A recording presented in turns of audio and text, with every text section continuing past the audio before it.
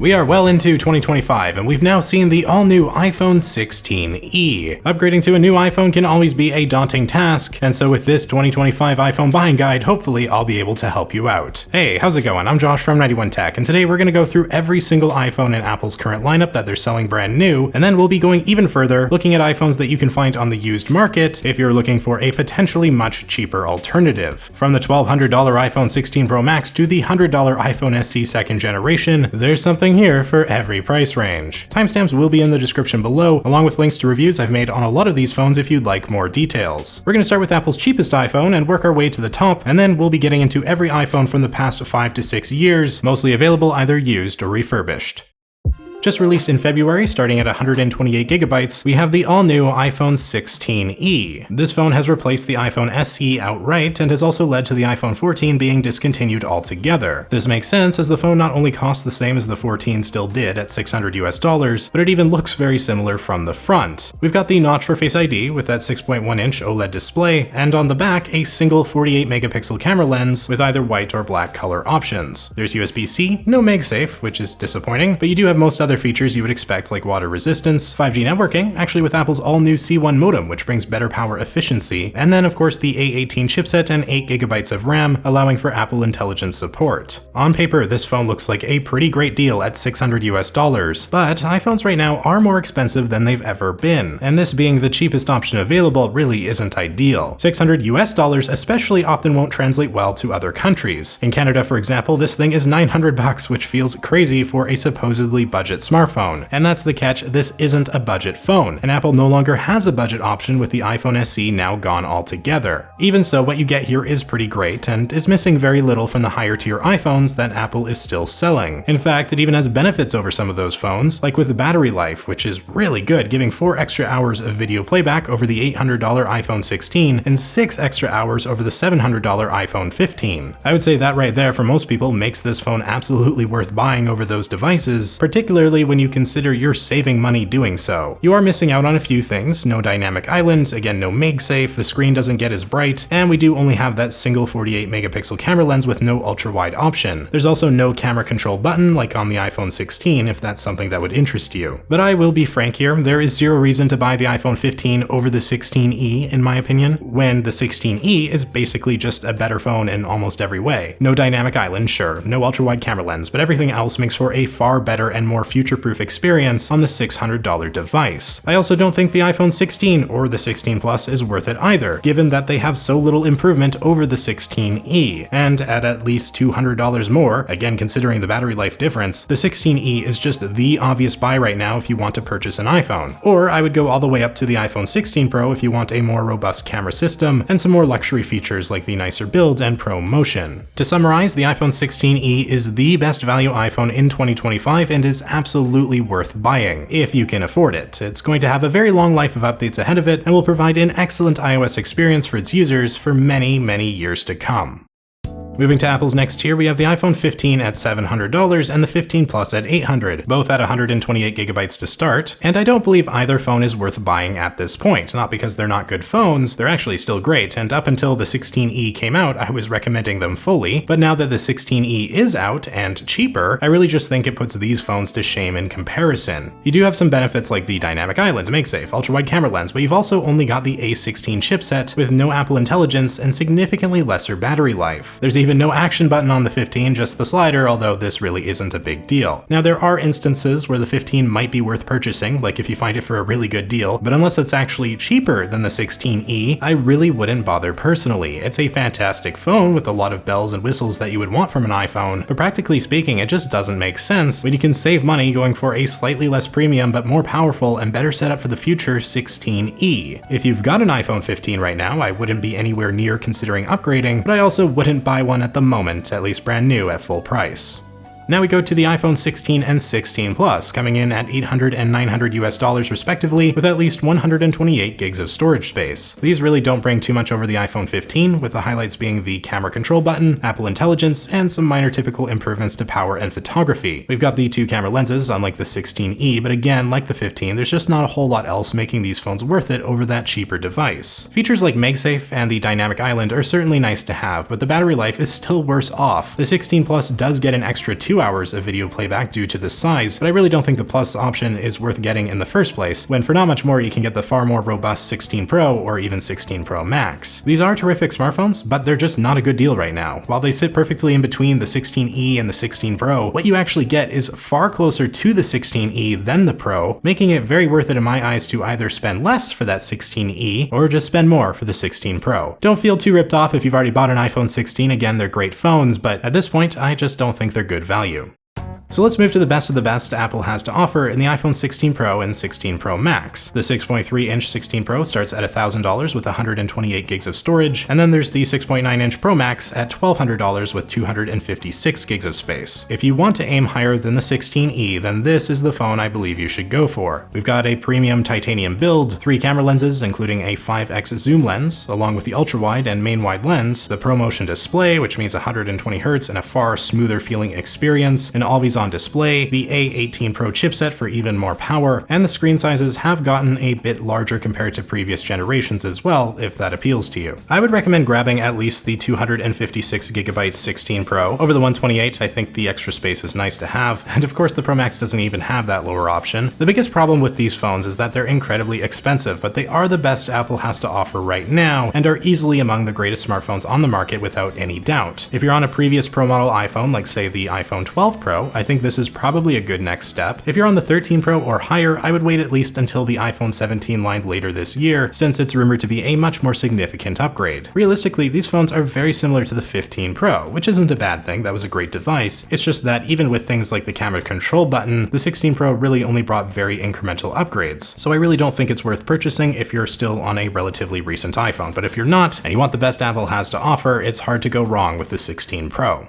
So to summarize Apple's current iPhone lineup, I think there's really only 2 models fully worth purchasing right now, the iPhone 16e and the iPhone 16 Pro/16 Pro Max. While the $1,000 Pro models aren't exactly great value, and you do get most of what they bring in the 16e, they do still provide a much more premium feeling experience with things like ProMotion and the triple camera setup. But if those are not things that matter to you, the 16e is absolutely the perfect device to go for. It's not cheap at $600 but it's far more reasonable in my opinion than the iPhone 15 or 16. I really don't see any reason to buy either of those phones brand new right now, unless you're getting one heck of a deal or desperately want the dynamic island. So with Apple's current iPhone line out of the way, let's move into other options. For one thing, you'll see a few recently discontinued iPhones still available from retailers for a bit longer. Phones like the iPhone 14, iPhone SE, maybe even the 13 or 15 Pro depending on where you look. These may be on clearance and could very well be worth purchasing, and of course you could always turn to the used or refurbished market to look for iPhones as well. Apple does have their own refurbished page on their website, and whatever iPhones are on there tend to vary wildly depending on your region and just whatever inventory they have at the time. As of making this video, I was seeing a couple iPhone 13s for $450, which isn't too bad, but I'd personally rather shell out the extra $150 for the 16e at that point. Then you've got something like the $530 iPhone 14, which barely seems like any bargain considering it was just being sold for $600 brand new. And again, the 16e exists for only $70 more. It's a significantly better phone. While these are certainly options, and buying refurbished from Apple means you're getting a device that will be practically brand new, be aware you're very much still paying the Apple tax if you go this route compared to something like the used market. The iPhone 16e has definitely thrown the value of previous iPhones for a loop right now, even if it's still not exactly a budget device. But let's start moving into the iPhones that have been discontinued and discuss how much they go for on marketplaces like eBay.com, how they hold up, and whether or not they could be good options if you're willing to delve into the world of second-hand smartphones. The best iPhones currently not being sold by Apple would be the iPhone 15 Pro and 15 Pro Max, which were discontinued at the 16 Pro's launch as expected. These are still very strong smartphones and very similar to the 16 Pro. They're slightly smaller at 6.1 inches and 6.7 inches, and the smaller 15 Pro has a 3x zoom lens, whereas the 15 Pro Max has the 5x telephoto lens, but otherwise they're almost identical to the newer models. The cameras here are very strong. The ultra-wide is 12 megapixels versus 48 on the 16 Pro, but it's really not the biggest deal. You've got ProMotion, which has only been on Pro model iPhones since the 13 Pro came out, and it's really nice to have, giving that slick 120Hz refresh rate and making iOS feel buttery smooth. You also have the always-on display, which for some reason is still only on the Pro model iPhones, been there since the 14 Pro, and there's USB-C here, with this being of the first iPhones to bring it. We have the A17 Pro chipset and 8GB of RAM, making this phone the only device outside of the iPhone 16 line capable of Apple Intelligence. We don't have visual intelligence for whatever whatever reason, but I don't think it's a big loss. What you're ultimately getting in the iPhone 15 Pro or 15 Pro Max is an extremely impressive pro-level experience even in 2025. I myself am still using the 15 Pro Max I bought back in 2023 as someone who previously had been buying the newest iPhone every year, and it's mainly just because I love this phone. It's awesome, and I would call it substantially better than something like the iPhone 16e, which is notable because when you look at the used market, the prices aren't that far off from the $600 iPhone. Turning to eBay.com, I was finding the base 15 Pro often around $600 to $700, maybe usually on the higher end of that or even over $700, but if you look around a bit, you might be able to find a good deal. As always, when buying used, make sure you get a phone without any big issues, no iCloud lock or blacklisted IMEI, that kind of thing, and ideally a healthy battery that's still at least, I would say 90% or higher, so you won't need to replace it anytime soon. Generally, once it's at about the 80% mark or so, you may experience issues and inconsistent performance. Then you'll probably want to get the battery serviced by Apple. The 15 Pro is still a relatively new smartphone though, so you probably won't see too many unhealthy batteries yet. Overall, this is a really great device and one that provides a pro-level experience at a much cheaper price than the 16 Pro with very little downside. If you're willing to buy used, I think this phone is arguably a better buy than the 16e. You get the triple cameras, ProMotion and brighter display, a more premium build, you still have Apple Intelligence, you name it. This might in fact be one of the best value iPhones you can purchase right now, and it might be worth checking retailers to see if they still have any on clearance as well. I would highly recommend the 15 Pro, I don't think you'll regret it.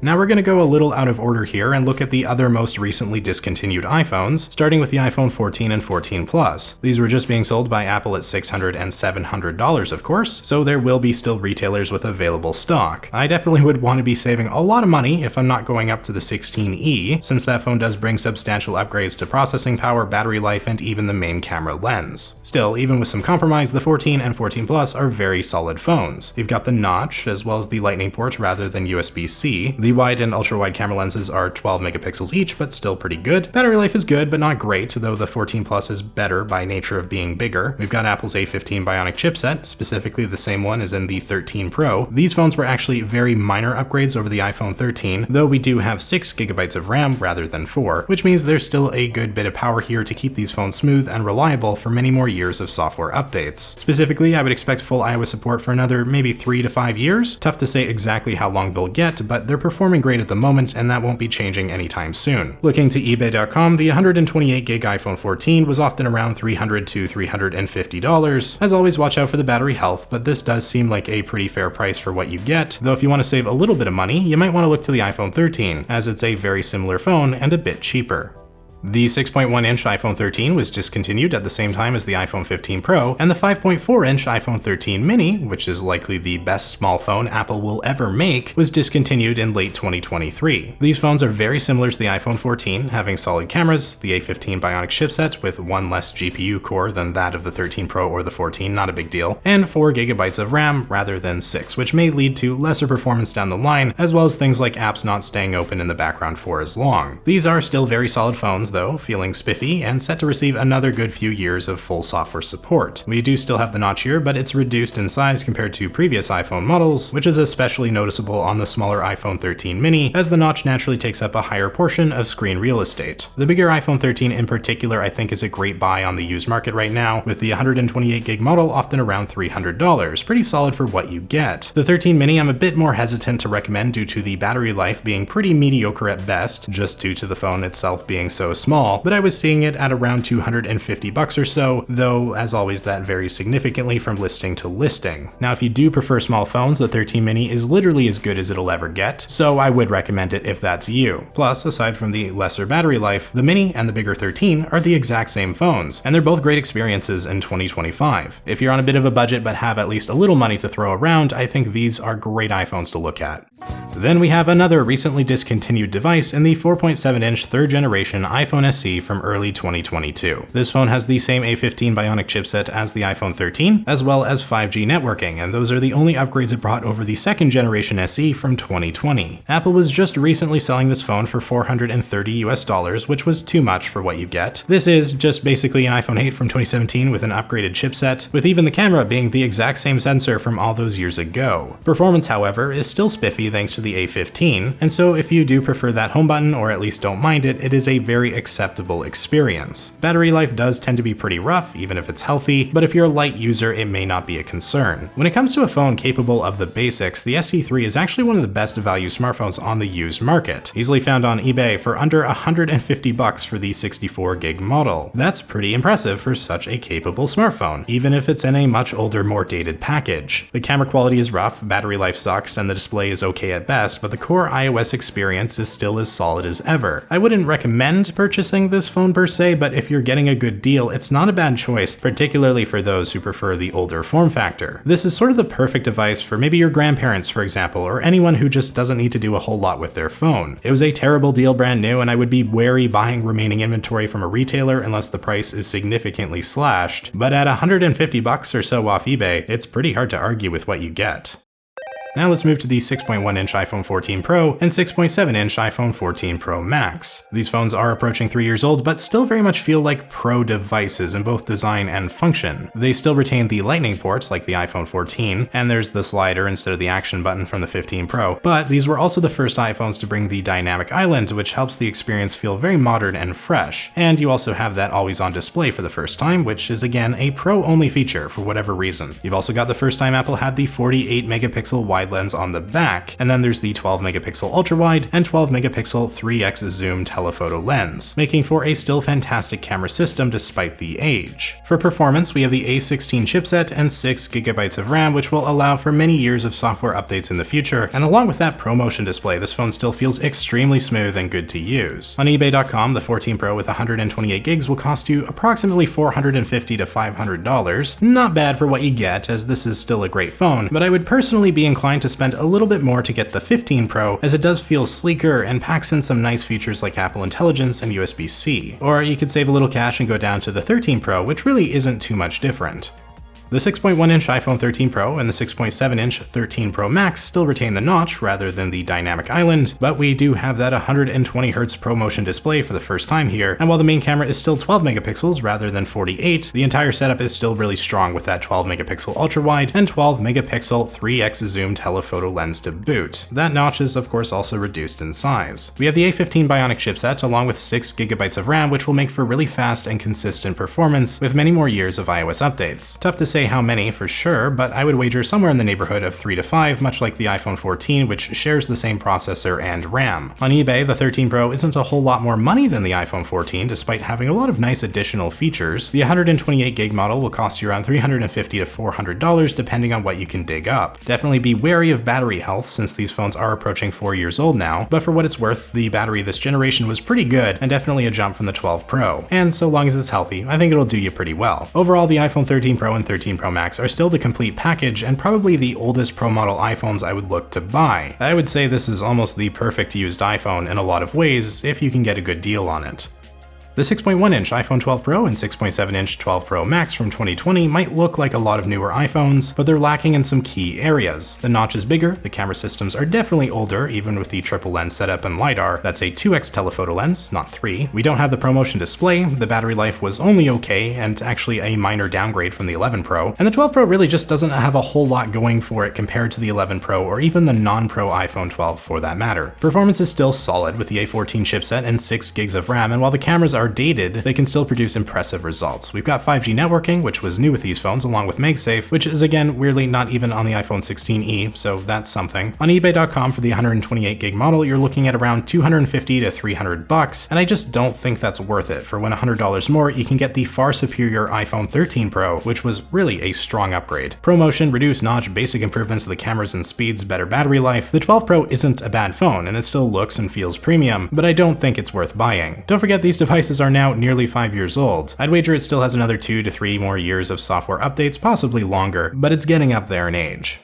Also from 2020, we have the 6.1-inch iPhone 12 and 5.4-inch iPhone 12 mini. The 12 mini was of course the first mini iPhone Apple did, and the second to last, and I wouldn't recommend buying it when you could instead get the 13 mini for $50 to maybe $100 more. The 13 mini brought the reduced notch, as well as better battery life. I mean, it's still pretty weak due to the size, but the 12 mini is even weaker, so if you want that small form factor, do yourself a big favor and get the 13 mini instead. But the iPhone 12 in general here is still a great phone in a lot of ways, rocking the 12 megapixel wide lens and 12 megapixel ultrawide on the back, and being the first non-Pro iPhone to bring the high-quality OLED screen, looking far sharper and more vivid than the iPhone 11 from the year previous. We have that MagSafe and 5G networking, as well as the A14 chip, though only 4GB of RAM rather than 6, which is still fine, and performance here is solid as you would expect. Like the 12 Pro, I would wager this phone should get another 2 to 3 years of full software support, although there's of course no guarantees. Battery life even on the larger 12 was never fantastic, but if healthy, it'll probably be good enough for a day of moderate usage. The Mini, well, we've talked about it, not so great. Still a very usable phone, but that battery is just so small, it's hard to imagine it being good for anything more than light usage day to day. The 12 does start with only 64GB, which makes the 13 in comparison even more worth it, but on eBay.com I was finding it at around $200 or so. Not a bad deal, but again, I definitely recommend going up to the iPhone 13 for not that much more. You've got better battery life, the reduced notch, newer chipset, just an all-round better phone, and it's hard to argue with that. If you have an iPhone 12 or 12 mini right now, you might even feel like it's about time you upgrade, and I think that's pretty reasonable considering these phones are nearing that 5-year-old mark. I'd recommend going to something like the iPhone 16e for most users, as it'll bring a far better battery, really solid camera, and just overall more consistent performance.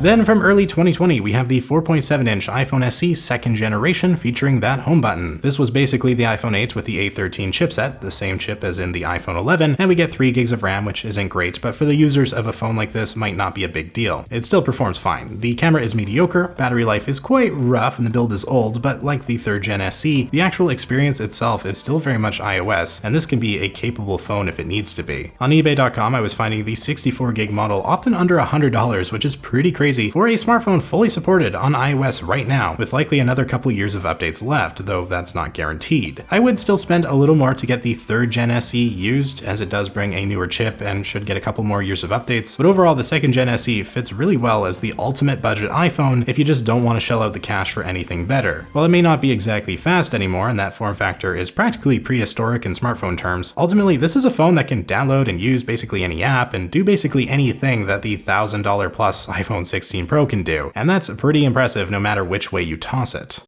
Now we come to the 5.8-inch iPhone 11 Pro and 6.5-inch iPhone 11 Pro Max from 2019. Phones approaching 6 years old with a slightly older design and smaller size compared to the 12 Pro line. Despite that, these phones are very similar to the 12 Pro, even having that triple camera lens setup, which has held up pretty well all things considered. We've got the A13 Bionic chipset and 4GB of RAM, which still makes for solid performance assuming you've got a healthy battery and aren't pushing these phones to the brink with how you use them. No 5G networking here, but I don't think that's the biggest deal for most people, and LTE is still everywhere these days anyways. Starting at 64 gigs, I was finding phones on eBay at around $200 or so, which in reality isn't bad for how capable this phone is, but I just can't get past the fact that these phones are approaching 6 years old and probably only have so long left in software updates. I'd wager another couple years, but it all depends how generous Apple is feeling. At the moment, the 11 Pro is still a decent smartphone, but it is aging and I would probably avoid it, unless you're getting one heck of a deal or just don't set your expectations too high. Then we finally come to the 2019 6.1-inch iPhone 11, which features a bulky build and relatively low-resolution LCD screen, though it's still more than good enough. We've got the A13 chipset and 4GB of RAM like the 11 Pro, and this phone did bring the ultra-wide camera lens on the back, along with a lot of the same camera improvements and night mode photography that came with the 11 Pro. This was a really great phone when it came out, and for a long time it was my go-to recommendation for iPhone buyers, but it's again almost 6 years old. At this point, it'll cost you around $150 or so on eBay.com, and while that's not bad, maybe for a budget-minded user who just needs an iPhone that'll get the job done, you are definitely taking a risk if you're getting a phone this old. There's probably only a couple more years of updates if that, and without a healthy battery, you're gonna be struggling. With a healthy battery, you might be doing okay, but if you own an iPhone 11 right now, I would probably be looking to upgrade sooner rather than later. Decent iPhone on a budget, but I'd try to save up for the iPhone 13 or 13 Pro if you can swing it. And so with that, I think we've covered every iPhone still at least potentially worth purchasing in 2025. I definitely wouldn't go back any further than the iPhone 11. That phone is already nearly 6 years old, and I think you're getting diminishing returns after about the iPhone 13 and 13 Pro anyways. It sucks, but unless you're okay with an iPhone SE, it's probably a good idea to pay a bit more for an iPhone these days, if only for the more reliable battery life and good performance to make for a phone that'll last you multiple years down the road. The iPhone XS, XS Max, and XR from 2018 are still all supported on iOS iOS 18, but I really wouldn't bother with them. And personally, the iPhone 12 is the oldest iPhone I would buy right now if I absolutely had to get an older device. I think on a budget for the basics, the SE3 is ideal, then the iPhone 13 or 13 Pro are solid options, then if you can afford it, I would go to the iPhone 15 Pro, or of course, if you prefer buying brand new, the iPhone 16e, which is going to be the most obvious buy for the vast majority of users out there. That's the phone you should get. And hey, for the small portion of you who are just made of money, the iPhone 16 Pro and 16 Pro Max are pretty great too. Again, there'll be links to reviews I have of these phones in the description with plenty more to come in the future. It's tough doing these buying guides because I have to be so general with each phone to keep the length of the video down, but for now, I hope this helped you out, and if it did, please hit that like button and consider subscribing if you're into tech content. Thank you all so much for watching. I am Josh from 91 Tech, and I will see you all next time.